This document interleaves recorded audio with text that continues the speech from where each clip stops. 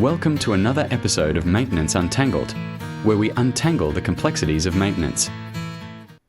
Welcome back to another episode of Maintenance Untangled. As always, welcome to my co-host Derick. How are we, mate? Hi, Ricky. Cold, but very well, thank you. Can't complain. Yes, welcome back, everyone. We're excited today to have another guest on, Matt Smith. So myself and Matt met each other about 15 years ago, trying to solve the world of shutdowns and trying to fix a very broken shutdown, which we spoke about not too long ago, again. And yeah, so welcome, Matt. It's good to have you on. Thanks for having me, guys. Look forward to it. So, Matt, would you give us a little bit introduction about yourself, who you are, and yeah, what are you doing these days with yourself? Yeah, happy to. So, Matt Smith, CEO of MyPass Global. So, I'm an engineer by trade. I spent the first sort of chapter of my career in construction, and then the second half kind of in the resources sector, mostly from the contracting side. So, I guess what I do today, I lead a company called MyPass, which we started back in 2013. And that was really around trying to solve some of the challenges that I experienced firsthand in that time when we met Derick around streamlining that mobilization of workers to site, getting off those 36 column spreadsheets, but equally trying to do it in a much safer way than what was currently getting done at the time. So I can talk a bit about that as we go through, but essentially moved from practitioner to technology company now with how I spend my day to day.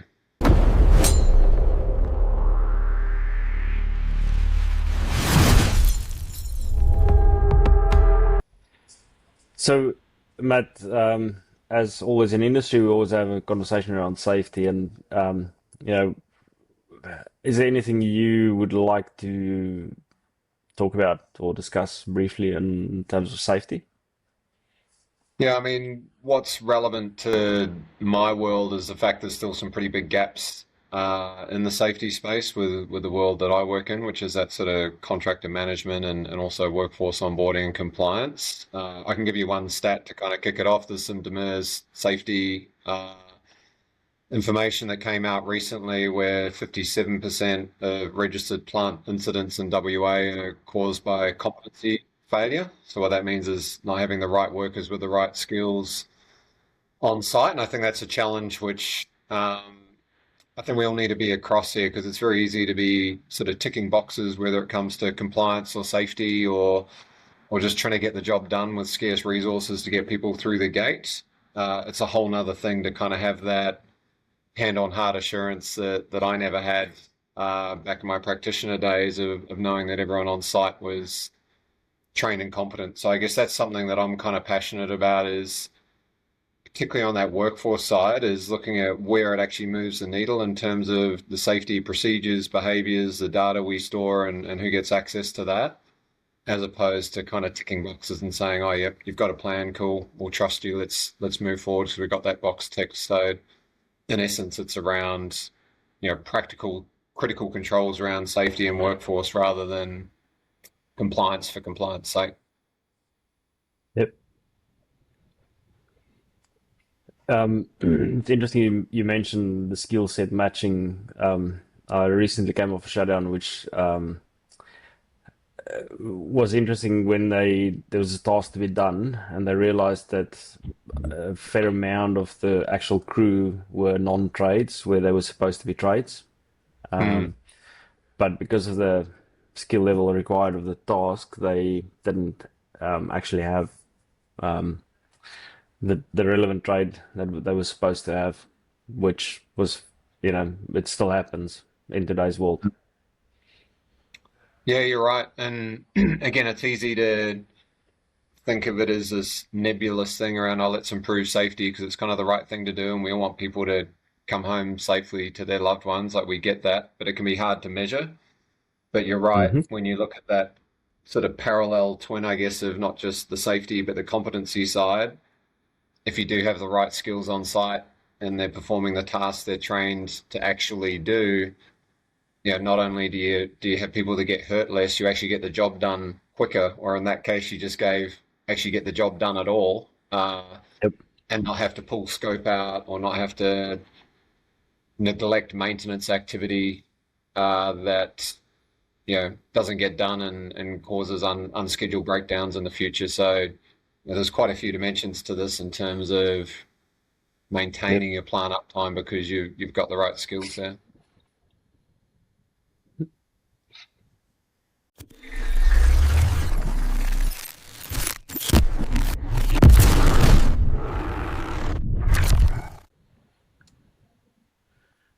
Cool.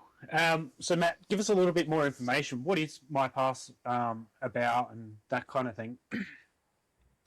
Yeah, so my past, as I sort of touched on earlier, came from my first-hand frustration of when I actually mapped it out eventually, it was over 110 process steps of knowing you needed to get one of your work crews to site to them actually turning up compliant. And there was a lot of manual data entry, a lot of keying, a lot of revalidating, trade certs and information that had already been validated. And then for the pleasure of doing business with that site, you then had to key it into a number of different portals that various clients would use. And so, I found that pretty frustrating from a delivery point of view. And so the problem that MyPass solves, as I mentioned, has that safety component, but also that efficiency component where we've actually flipped the data model. So instead of all these organizations managing this from the top down, individual workers own what's called a skills passport, hence the name MyPass. And in there is all the validated training and certs of the worker. Our team validates that. And that becomes a live record with a unique identifier that individual takes with them from site to site or employer to employer. And through a permission structure, they share that with one or more employers or sites at which they work. So you can think of MyPass as essentially a system of record across these critical industries like mining, energy, infrastructure, heavy industrial, where everyone gets that same pane of glass, if you like, to make sure everyone as they mobilize is trained and compliant, and then once they're actually on the tools that you can interrogate that. So as I mentioned before, like it's really around not just the safety element, but the efficiency element, and then also making sure businesses have the capability to execute. So in a nutshell, it's really focused on that workforce onboarding and compliance and trying to provide that system of record that can be relied upon. The I remember a stat from when we worked together, Matt, that when you mobilize people and if you need a shutdown of call it 500 people, 100 people. If you need to mobilize 100 people, you had to touch 500 people. So you kick off with 500 people and getting all of their quals and everything else, and then there's only 100 people walking through the gate. So the amount of effort and waste that goes into really getting these guys compliant and medically fit and everything else to make them walk through the gate qualified and ready to work was a significant amount of effort. Um, so, Exactly. And a lot of that, as you've mentioned, is repetitive work as well. Those yeah, workers have worked for other companies, so everyone else has had to gather those 20 certs or whatever it may be and validate them. So you're right. It's frustrating for the worker and frustrating for the employer. And when you look at those process steps that I mentioned before, over 110, 40% of those were actually updating spreadsheets and rekeying in information that already exists. So straight away, there's 40% process efficiency. And yep. when you strip down a lot of that duplication, it ends up more like 2/3 of that effort can come out, and you can avoid some of those headaches because it's not a fun job, Derick. I've overseen teams, as you have, that are doing that task, and you get high churn in those teams for a reason. It's a bit of a thankless task having to do that grunt work. 100%. So Matt, if so, you mentioned some of the people you work with. If somebody need to get hold of you or would like to have a conversation or better understand what exactly you're doing, what's the best way to contact you? Yeah, so I'll probably suggest jumping on the website, which is mypassglobal.com, and there's a inquiry form there to get a demo or to have a chat with one of our team.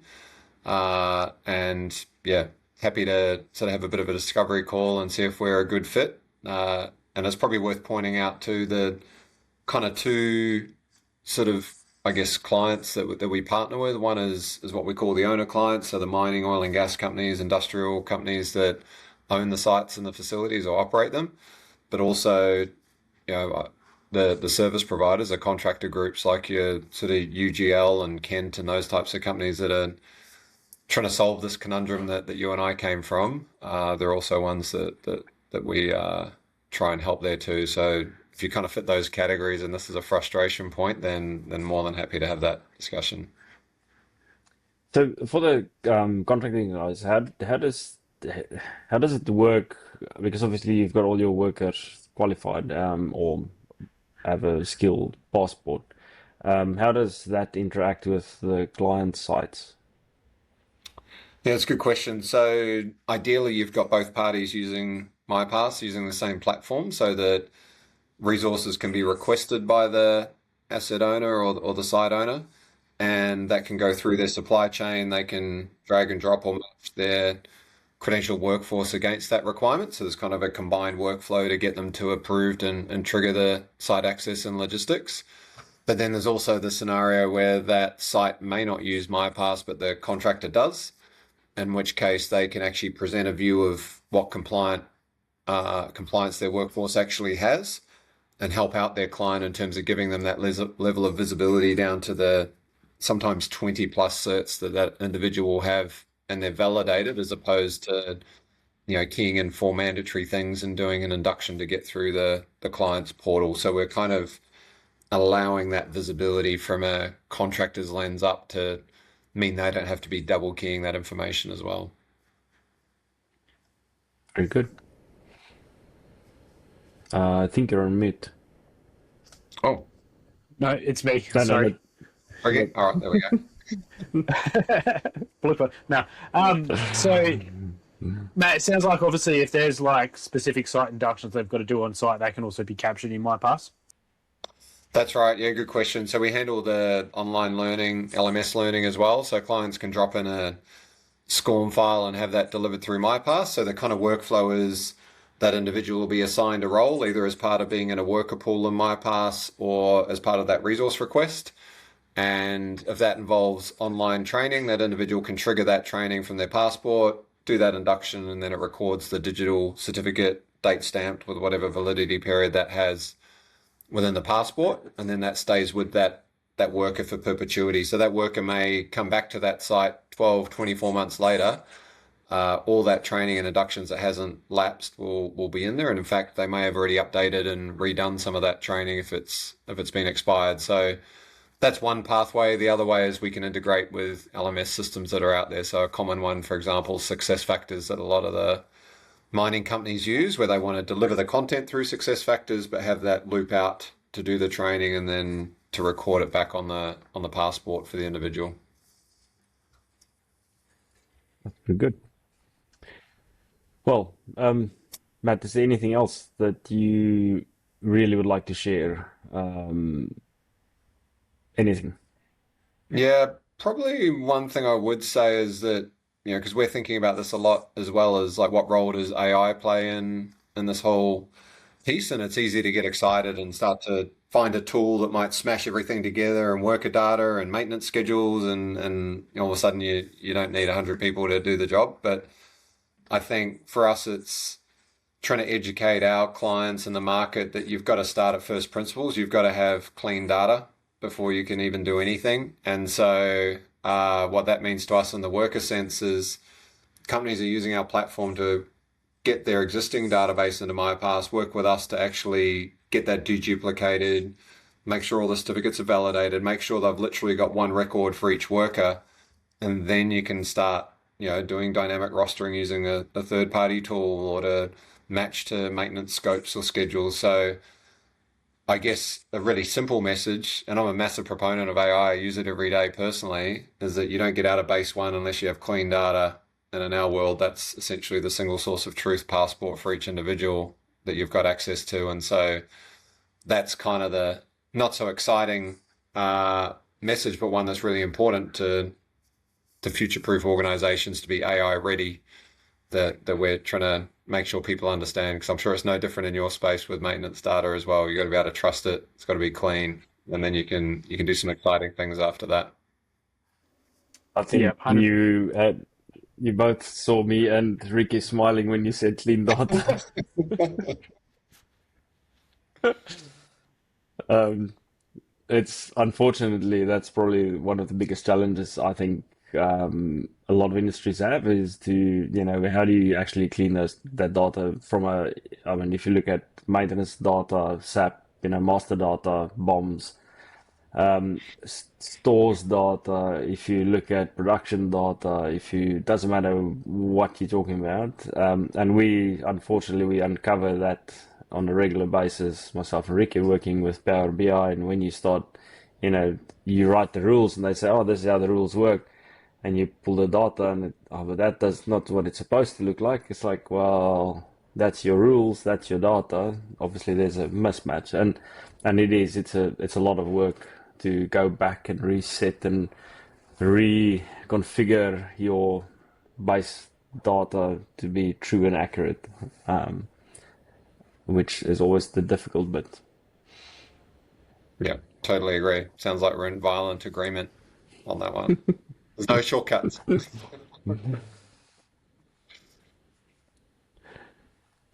No, definitely agree. Especially with AI, there's a lot of businesses that are, really excited about AI, but as soon as they go to use it, it kind of backfires. I was speaking to somebody the other day who was working for a business, and they decided to just fire people, run with AI, and it cost them like $10 million in terms of a bad decision. So, yeah, 100% agree. You're going to have that clean data first. So,